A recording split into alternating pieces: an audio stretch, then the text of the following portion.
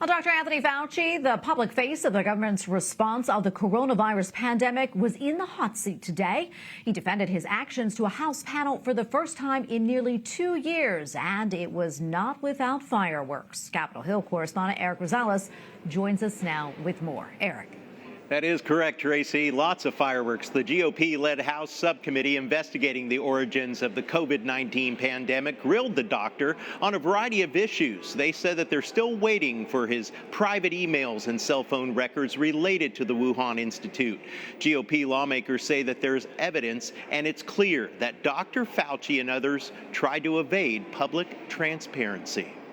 Why was the administration so pushing not to have the lab leak theory as something that was viable? I can answer that. I've kept an open mind throughout the entire process. You kept an open mind. Dr. Fauci, open mind. That is correct. Dr. Fauci denied any back-channel emails between himself and his team, ones that could avoid a FOIA request. Let me state for the record that to the best of my knowledge, I have never conducted official business using my personal email. Republicans question the oversight of China's Wuhan lab. We know what viruses they were studying.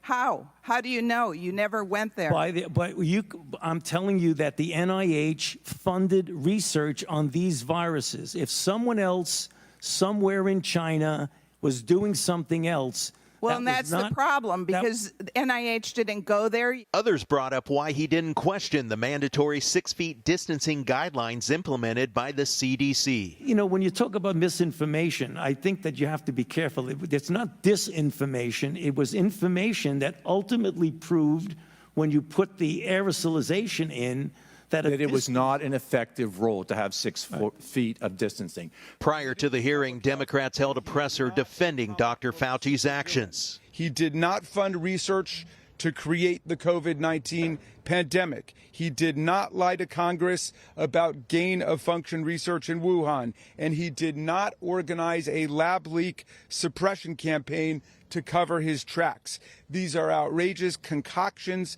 fabrications, and distortions. Congressman Rich McCormick, a medical doctor, brought up how Americans lost their rights and livelihoods. You inspired and created fear through mask mandates, school closures, vaccine mandates that have destroyed the American people's trust in our public health institutions. Georgia Congresswoman Marjorie Taylor Greene took it further.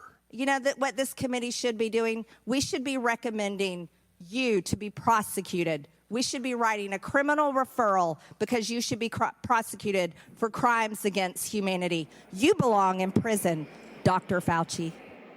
During the hearing, Dr. Fauci did admit medical officials could have done a better job in releasing the data about vaccines quicker, but in the same breath, he continued to testify that vaccinations saved lives. Also want to let you know about some other news. Over in the Senate, Democrats look to squeeze Republicans once again over the abortion issue.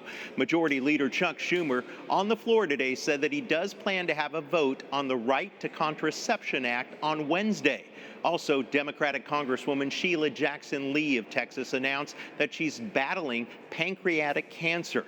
She warned her constituents that she'll likely be occasionally absent from Congress while undergoing treatment. In a statement she actually released, quote, "The road ahead will not be easy, but I stand in faith that God will strengthen me."